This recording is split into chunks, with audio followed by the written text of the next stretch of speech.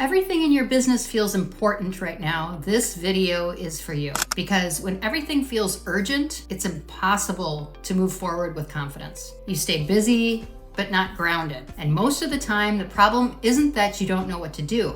It's that you're trying to do too much at once. There was a season in my business where my to-do list was so long that I'd look at it and feel overwhelmed before I even started. I'd wake up already feeling behind. I had ideas everywhere, half-finished projects, notes saved on my phone, tabs open in my browser. And instead of taking action, I'd freeze. Sometimes I wouldn't do anything at all. Other times, I'd procrastinate by learning.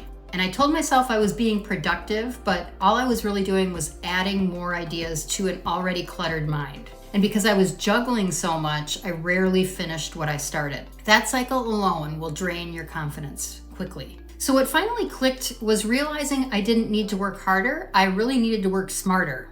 And this was the key to feeling productive and calm. That shift is what led me to choose YouTube as my evergreen content platform. So I had one place, one focus, one decision that supported long-term growth instead of daily pressure. So here's the first question I ask myself now when I'm deciding what actually matters.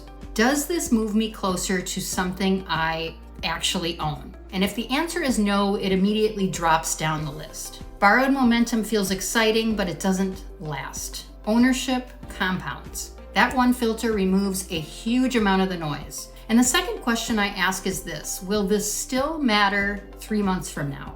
Not tomorrow, not next week, 3 months from now. And if it only gives me a quick hit of activity, but doesn't build momentum over time, it doesn't get my energy. So this is how I stopped living in reaction mode. The third question might be the most important one. Do I actually have the capacity for this right now? Not in an ideal week, and not in theory, but in real life with your schedule, your energy, where you're at in your business. Capacity is not a weakness, it's a reality. So when you respect it, consistency becomes possible. And this is where I see a lot of women get stuck. They're smart, they're capable, they're competent enough to lead, but they feel like they're not ready. So they try to do what the successful people are doing without realizing those people are in a completely different place in their business with different resources, different support. You know, what I wish I could tell them is this: put on your blinders, just get quiet,